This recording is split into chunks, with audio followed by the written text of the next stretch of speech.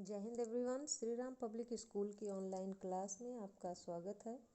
मैं साधना द्विवेदी। पिछले वीडियो में मैंने आप लोगों को हिंदी साहित्य का पाठ 19 पढ़ाया था, जिसका शीर्षक था आश्रम का अनुमानित व्यय।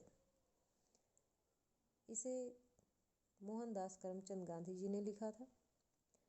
इसमें इन्होंने ये लिखा था कि मतलब किस तरीके से उन्होंने आश्रम का निर्माण किया, तो उसके पहले क्या क्या अनुमान किया, क्या क्या चीज़ें चाहिए थी और कितना खर्चा आना था। तो इस सब चीज़ों के बारे में उस पाठ में बताया गया था। आज मैं आप लोगों को हिंदी साहित्य का पाठ 20 पढ़ाने जा रही हूँ, जिसका शीर्षक है विप्लव गायन। इसके कवि हैं बाल कृष्ण शर्मा नवीन। तो सबसे पहले हम इसके कवि का जीवन परिचय जान लेते हैं, उसके बाद अपने पाठ की तरफ बढ़ेंगे। पंडित बालकृष्ण शर्मा नवीन का जन्म 8 दिसंबर 1897 को ग्वालियर राज्य के भयाना नामक ग्राम में हुआ था। आपके पिता श्री जमनालाल शर्मा वैष्णव धर्म के प्रसिद्ध तीर्थ श्रीनाथ द्वारा में रहते थे। वहाँ शिक्षा की समुचित व्यवस्था न होने के कारण आपकी माँ आपको ग्वालियर राज्य के शाजापुर ले आई। आपकी प्रारंभिक शिक्षा यहीं हुई और इसके उपरांत आपने उज्जैन से 10वीं और कानपुर से इंटर की परीक्षा उत्तीर्ण की। 1916 में आप लखनऊ कांग्रेस अधिवेशन देखने के लिए गए। इसी अधिवेशन में संयोगवश आपकी भेंट माखन लाल चतुर्वेदी, मैथिली शरण गुप्त एवं गणेश शंकर विद्यार्थी से हुई। ये तीनों ही कवि हैं।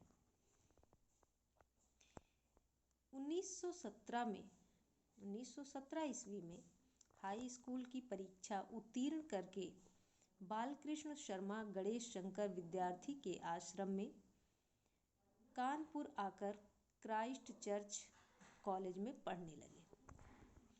आप लोकमान्य बाल गंगाधर तिलक, श्रीमती एनी बेसेंट व श्री गणेश शंकर विद्यार्थी के संपर्क में रहे।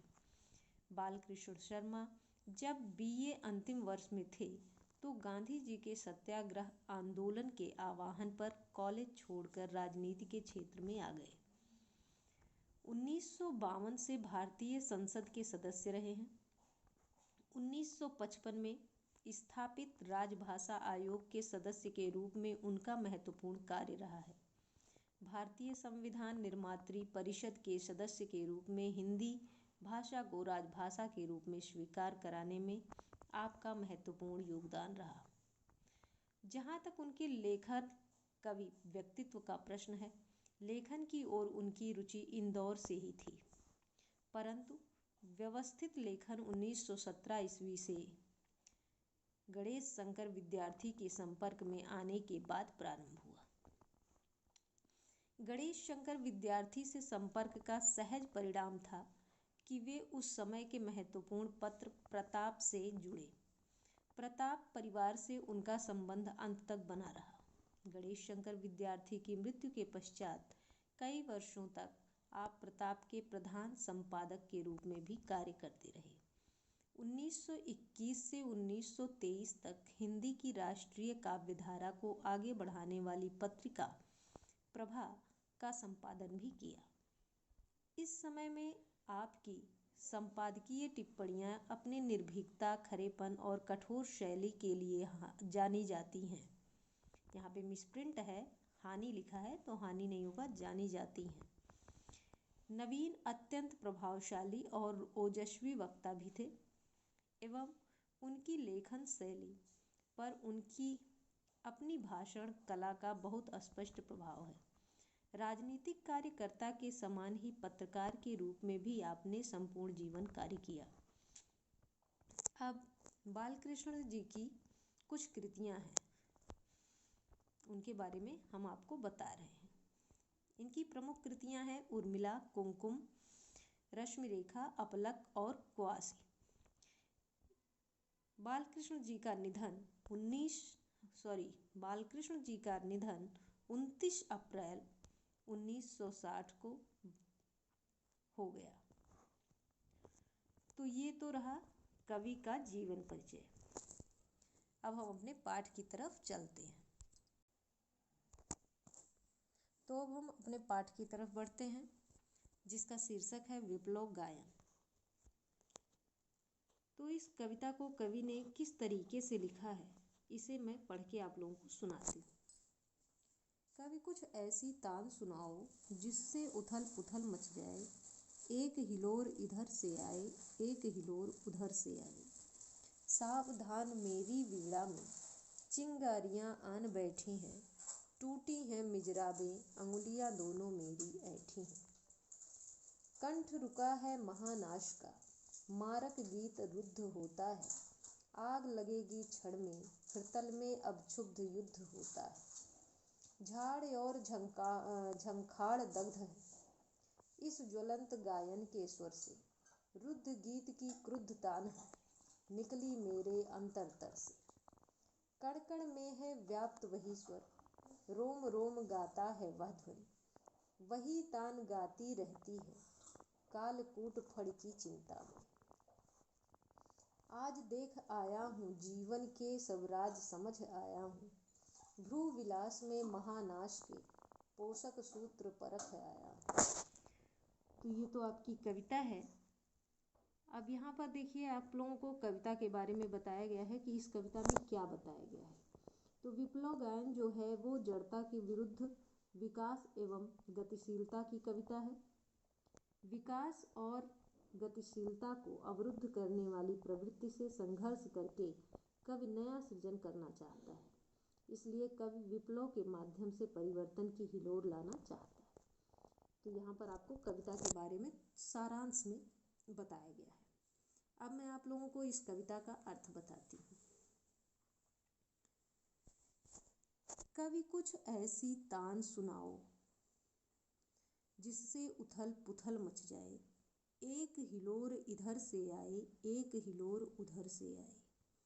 सावधान मेरी वीणा में चिंगारियां आन बैठी हैं, टूटी हैं मिजराबें, अंगुलियां दोनों मेरी ऐठी हैं।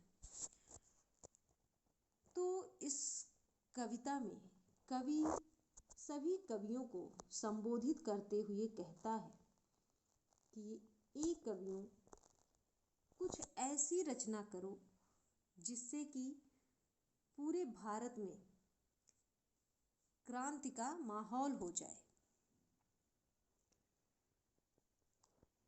कवि एक ऐसा गीत गाने की इच्छा व्यक्त कर रहे हैं, एक ऐसी कविता का निर्माण करना चाह रहे हैं जो समाज में क्रांति पैदा करे और जिससे परिवर्तन की शुरुआत हो। फिर सावधान मेरी वीणा में चिंगारियां आन बैठी हैं, टूटी हैं मिजराबें, अंगुलियां दोनों मेरी ऐठी हैं। अब इन पंक्तियों में कवि लोगों को सावधान करते हुए कहते हैं कि मेरा यह गीत समाज में क्रांति की चिंगारियां पैदा कर सकता है। आपकी शांति भंग हो सकती है और इस क्रांति से आने वाले बदलाव आपको कष्ट दे सकते हैं। वो कहते हैं कि उनके इस गीत से समाज में कई बदलाव आएंगे और वर्तमान व्यवस्था उलट पुलट सकती है। कंठ रुका है महानाश का, मारक गीत रुद्ध होता है। आग लगेगी क्षण में हृदय में, अब क्षुब्ध युद्ध होता है।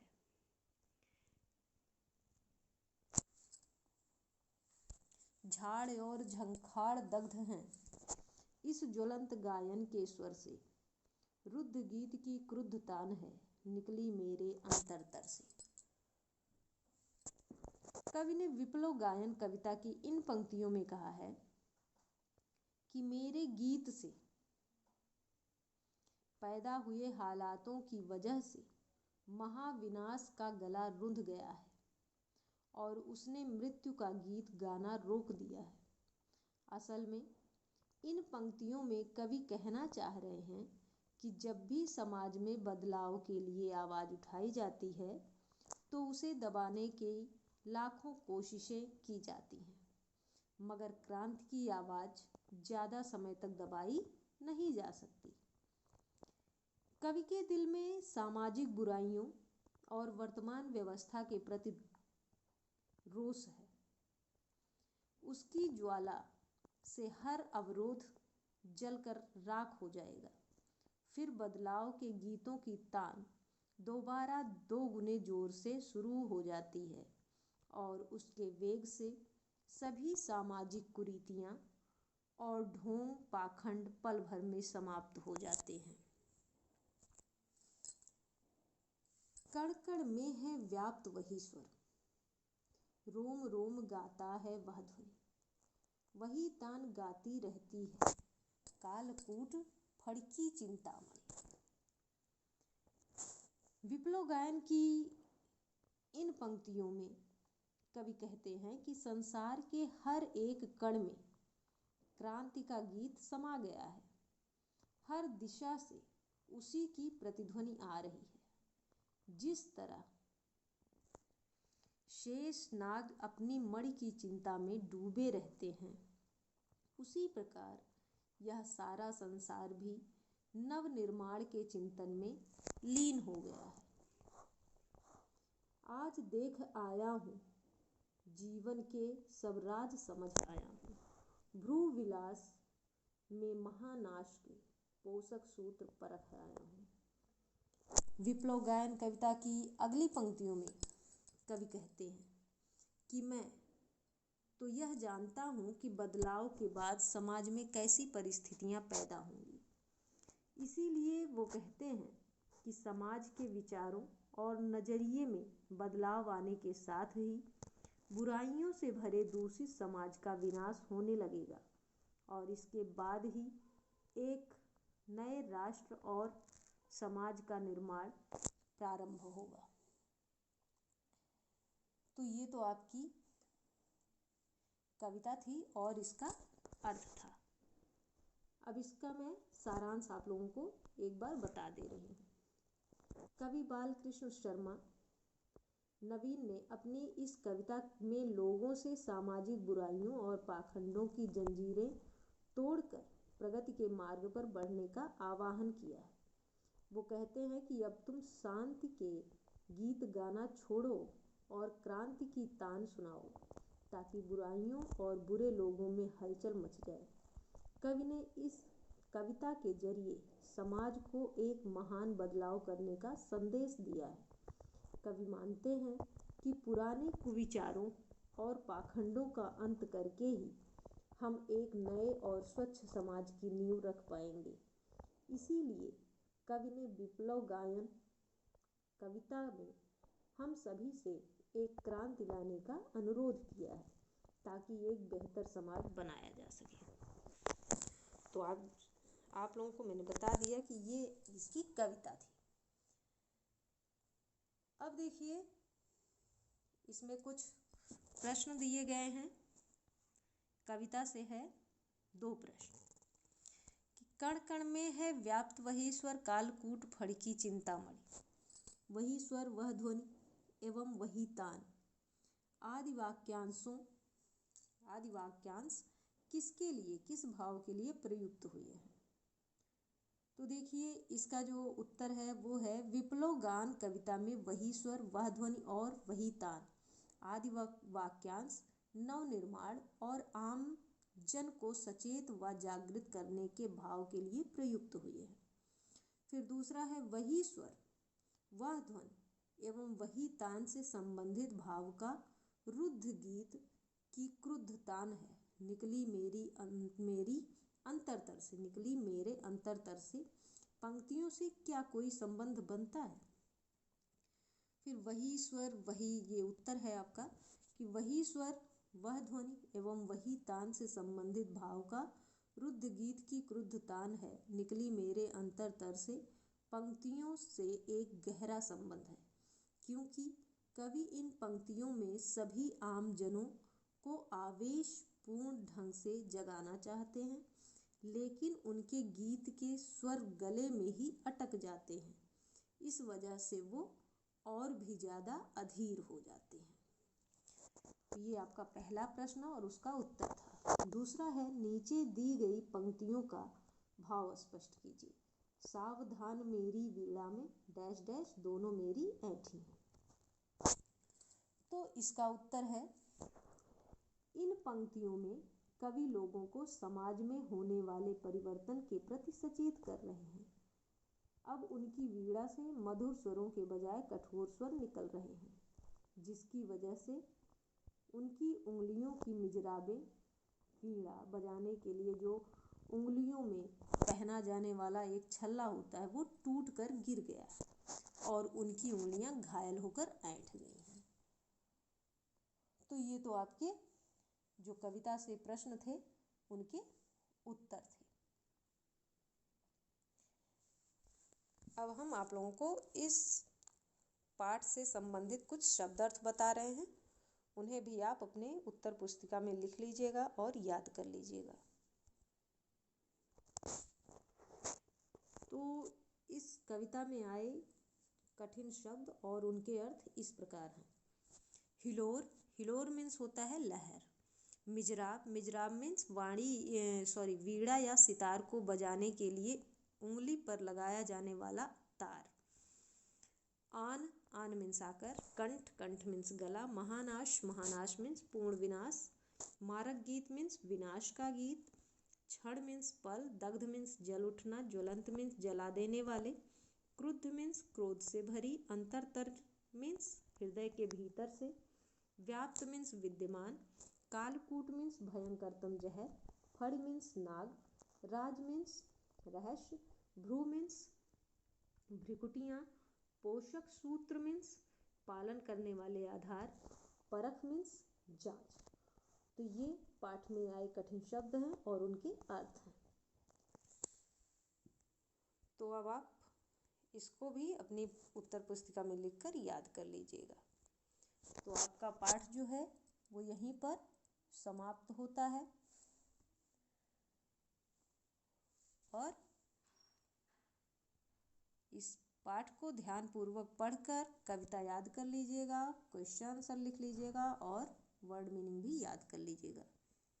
धन्यवाद।